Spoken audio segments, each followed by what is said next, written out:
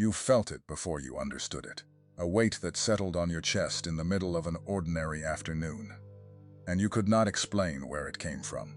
You are not imagining it. Something in your spirit has been bracing for impact, like a man who hears thunder before the sky has shown a single cloud. And you keep telling yourself it's stress, it's the bills, it's the season.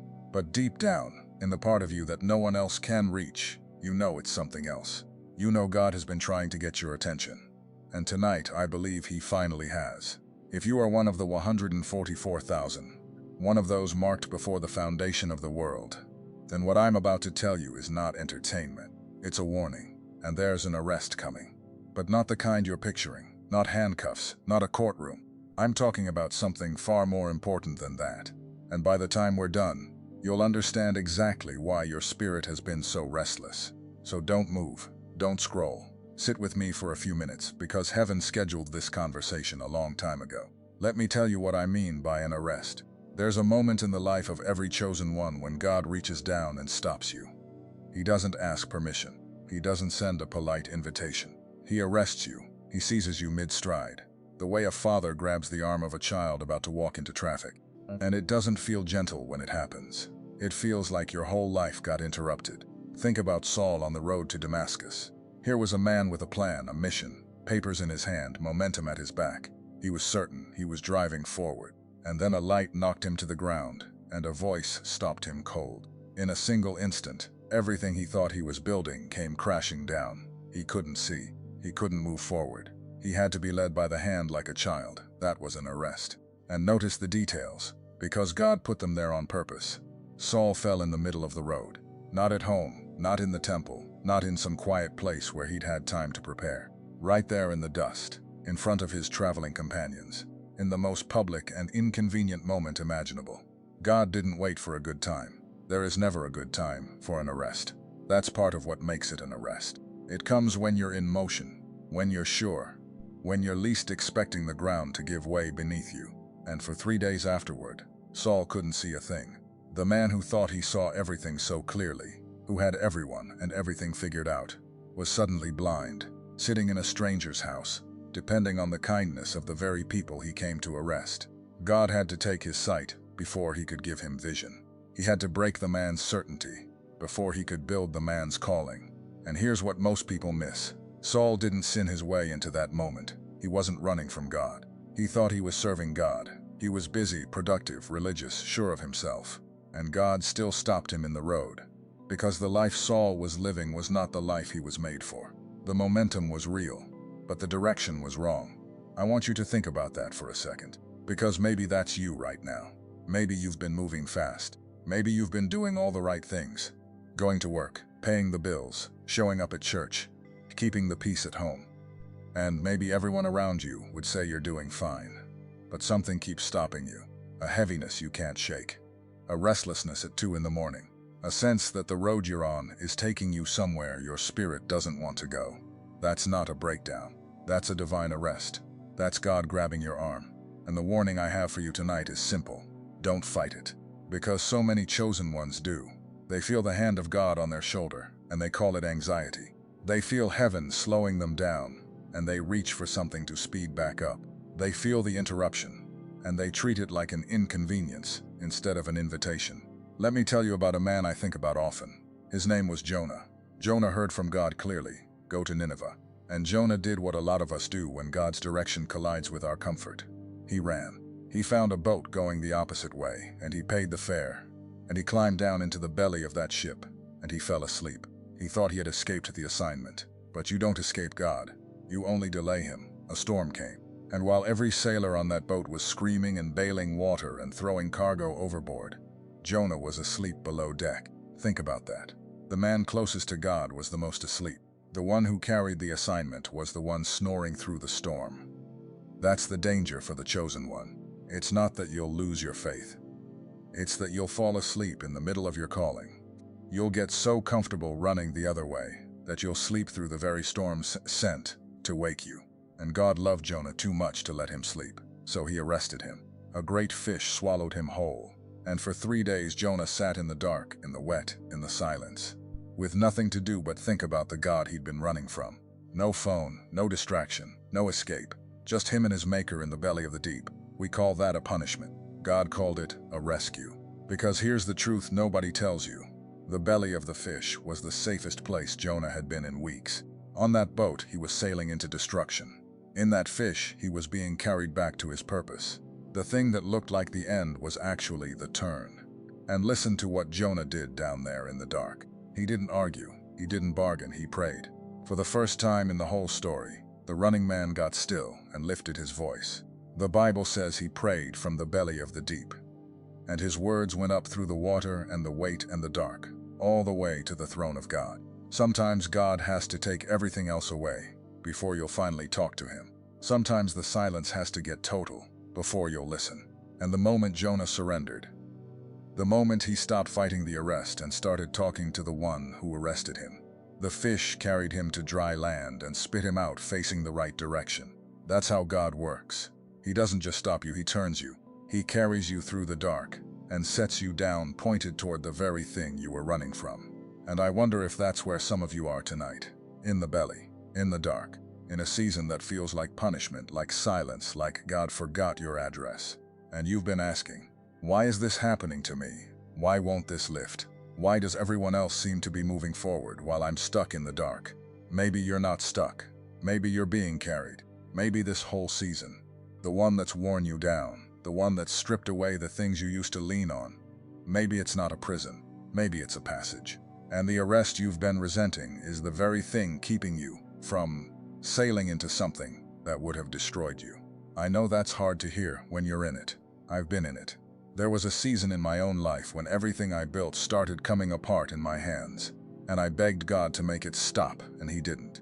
He just held me there in the dark until I finally got quiet enough to hear him. And it was in that silence, not in the noise, not in the success, that I finally understood who I was made to be. I remember sitting at my kitchen table one night, long after everyone else had gone to sleep, with my head in my hands, asking God why he felt so far away. And I realized something that changed everything. He wasn't far away. He was closer than he'd ever been. He had just gotten quiet, because I'd never get quiet enough to hear him otherwise. All those years I'd been so busy talking, so busy building, so busy moving. He had been waiting for the one thing I never gave him, my stillness, my attention, my surrender. And the moment I gave it to him, the heaviness didn't lift right away, but something deeper than the heaviness did. Peace came in underneath it. The kind of peace that doesn't depend on your circumstances changing. The kind that holds you steady right in the middle of the storm. That's why I do what I do now. That's why I sit here and talk to you like this. Because somebody needs to tell you the truth about the dark seasons. They are not God leaving you. They are God arresting you, holding you, keeping you still long enough to remember who you are. And who you are is not small. Let me tell you about another arrest. This one belongs to a man named Peter. Peter was bold. Peter was loud. Peter was the one who swore he'd never deny Jesus, the one who swung a sword in the garden, the one who walked on water for a few glorious steps before he looked down. Peter was sure of himself. And then, in the cold of a courtyard, beside a fire, with the weight of fear pressing on his chest, Peter denied the very Lord he loved 3 times. And then the rooster crowed, and the Bible says he went out and wept bitterly. That was Peter's arrest. Not by Rome, by his own failure. And here's the part that should put hope back in your bones tonight. God didn't throw Peter away. After the resurrection, Jesus found him. Back at the lake, back in the boat, back to fishing like none of it ever happened. And by a fire, the same kind of fire where Peter had denied him, Jesus asked him 3 times, "Do you love me?" 3 denials, 3 restorations, 1 for each time he fell. The arrest didn't disqualify Peter, it refined him. The man who denied his Lord in a courtyard became the rock the church was built on. Not in spite of the failure, through it. And don't miss where Jesus met him. Not in a temple, not in a grand ceremony. By a lake, at dawn, with breakfast cooking on a fire, in the most ordinary setting you could imagine. Peter had gone back to the only thing he knew, fishing, because he figured his calling was over, that he'd blown it, that a man who denied his Lord 3 times had no business leading anything. And Jesus walked right into that ordinary morning and called him back. He didn't bring up the failure to shame him. He brought it up to heal it. 3 questions to undo 3 denials. He didn't erase what Peter did. He redeemed it. That's the God we're talking about tonight. He doesn't wait for you to clean yourself up before he comes for you. He meets you in the boat, in the failure, in the place where you've quietly given up on yourself, and He calls you forward anyway. So if you're sitting there tonight, carrying the weight of something you did, something you said, some way you fell short of who you know you're supposed to be, hear me. Your failure is not your final word. God specializes in taking the chosen one at their lowest moment and writing the rest of their story from there. And here's what I need you to understand, because this is the warning. This is the urgent part. A major arrest is coming. I believe it. I feel it in my spirit, and I see it in the lives of so many of you who write to me. God is moving to stop a generation of His chosen ones who have been running, sleeping, distracted, busy, comfortable. He is reaching down to grab arms, and when that hand lands on your shoulder, you will have a choice. You can fight it. You can call it anxiety and medicate it. You can call it bad luck and complain about it. You can climb into another boat going the wrong direction and try to outrun the storm. Or you can surrender to the arrest. You can let Him stop you. You can sit in the belly of the fish and finally get quiet and say, "Okay, Lord, I'm listening. What were you trying to tell me all along?" I want you to make the second choice, because the first one only delays the storm, and the second one walks you straight into your purpose. Let me say something to you directly, because I think you've been waiting a long time to hear it. The reason you've never quite fit in, the reason you feel things deeper than the people around you, the reason a worship song can break you open while everyone else just hums along, the reason you've always sensed there was more to your life than the small box the world tried to put you in. That's not a flaw. That was deposited in you before you were born. You were marked for something, and the heaviness you've been feeling isn't a malfunction. It's the pressure of a calling that's been waiting for you to wake up. If something in you is stirring right now, if your eyes are getting warm, if your chest is tightening, if you feel like I'm describing a part of you that you've never been able to put into words, then listen closely, because this is for you. What you just experienced was not content, it was a mirror. And mirrors demand a decision. If you are ready to go to the root, to finally understand why you think, feel, and perceive differently from everyone around you. The secret protocol carries the 7 keys that reveal what God placed inside you before you ever drew your first breath. Full audiobook included for every moment of your day. Plus the awakening map as a bonus. The 5 stages of spiritual awakening mapped with clarity, showing where you are right now and what the Spirit is releasing in this season. Link pinned in the first comment. Not for much longer. And you did not make it to the end without a reason. Now let me come back to you, because I'm not finished. I told you this arrest isn't the kind with handcuffs. Let me tell you what it actually is. When God arrests a chosen one, He's not locking you up. He's locking out everything that was stealing you. He's arresting the noise. He's arresting the distraction. He's arresting the version of you that kept settling for less than what He breathed into you. It feels like loss. It's actually a seizure of everything that was never meant to have you. Think about Joseph. Here was a young man with a dream, literally, a dream from God about his future. And what happened? His own brothers threw him in a pit. Then they sold him into slavery. Then he served faithfully and got falsely accused and thrown into a literal prison, where he sat forgotten for years. If you only looked at the surface, you'd say God abandoned Joseph. Pit, slavery, prison. One arrest after another, each one worse than the last. Where was the dream now? Where was the promise? But God was doing something underneath all of it. Every place that looked like a prison was actually a training ground. In Potiphar's house, Joseph learned to manage. In the prison, he learned to interpret and to lead men. By the time Pharaoh called for him, Joseph wasn't a dreamer anymore. He was a leader forged in the fire of every false arrest. And he stood before the most powerful man in the world and saved 2 nations from starvation. And think about the timing. Joseph didn't get out of that prison the moment he was faithful. He stayed. He interpreted a dream for a man who promised to remember him. And then that man walked out and forgot him for 2 more years. 2 more years in the dark. 2 more years of wondering if God had forgotten too.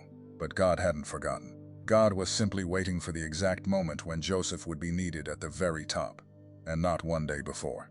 The delay wasn't neglect. The delay was precision. God was lining up the day of release with the day of destiny, so that the moment Joseph walked out of that cell, he walked straight into the second highest seat in the kingdom. That's what we can't see when we're in the waiting. We think the delay means the door is broken, but sometimes God is holding the door shut until the exact second it's supposed to swing open. Because if it opened too early, you'd walk out into a future you weren't ready to carry yet. And here's the line that should stay with you. When Joseph finally faced the brothers who threw him away, he didn't curse them. He said, "You meant it for evil, but God meant it for good." You meant it for evil. God meant it for good. That's what God does with the arrest. The thing the enemy designed to bury you, God uses to build you. The pit becomes the path. The prison becomes the platform. The very season you've been begging God to take away might be the season He's using to make you into the person your calling requires. So I want to ask you something, and I want you to really sit with it. What if the thing that's been weighing on you isn't a curse, but a hand on your shoulder? What if the door that closed wasn't a rejection, but a redirection? What if this whole hard season isn't God forgetting you, but God arresting you, holding you still, getting you quiet, preparing you for something you couldn't have carried in your old life? I believe that's exactly what's happening. And I believe the reason you found this message tonight is because Heaven wanted you to stop fighting the arrest and start surrendering to it. Because here's what's on the other side of surrender. On the other side of Saul's blindness was Paul, the man who wrote half the New Testament. On the other side of Jonah's belly was a city that repented. On the other side of Peter's denial was the rock of the church. On the other side of Joseph's prison was the salvation of nations. The arrest was never the end of their story. It was the doorway to it, and it's the doorway to yours. So tonight, I'm not going to tell you to brace for something terrible. I'm going to tell you the opposite. The heaviness you feel is not doom. It's a divine hand. The interruption is not punishment, it's a rescue. The storm you've been dreading is the very thing God is using to wake you up before you sail somewhere you were never meant to go. Stop running. Stop sleeping below deck. Stop trying to hank the hand of God. Let Him arrest you. Let Him stop you in the road. Let Him hold you in the dark long enough to whisper the thing He's been trying to tell you your whole life. That you were never an accident, never ordinary, never one of the crowd. You were marked. You were chosen, and everything you've walked through, even the parts that nearly broke you, was preparing you for what's about to begin.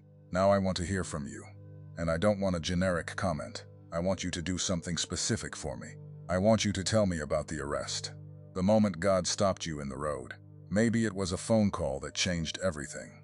Maybe it was a season of silence you didn't understand. Maybe it was a failure that brought you to your knees, or a closed door that broke your heart before it set you free. Whatever it was, write it down for me in 1 or 2 sentences right there in the comments. Tell me about the moment heaven grabbed your arm, because I read these. And somebody else who's still running, still asleep, still fighting their own arrest, is going to scroll down and read your words. And finally understand that the hand on their shoulder was never there to harm them. It was there to bring them home.